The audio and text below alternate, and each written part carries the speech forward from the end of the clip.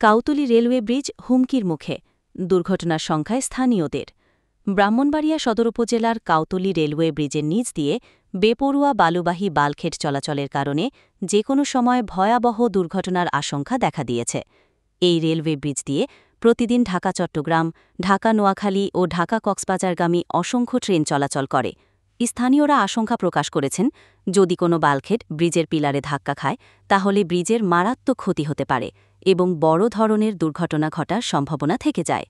নদী ও প্রকৃতি সুরক্ষা সামাজিক আন্দোলন তরি বাংলাদেশের ব্রাহ্মণবাড়িয়া জেলা শাখার পক্ষ থেকে মোহাম্মদ শামীম আহমেদ বিষয়টি জেলা প্রশাসকের দৃষ্টি আকর্ষণ করে দ্রুত পদক্ষেপ নেওয়ার আহ্বান জানিয়েছেন।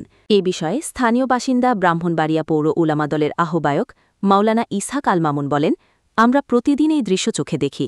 ব্রিজের নিচ দিয়ে অবাধে বাল্কহেড চলাচল করছে। প্রশাসন যদি দ্রুত ব্যবস্থা না নেয় তাহলে যে কোনো সময় ভয়াবহ দুর্ঘটনা ঘটতে পারে।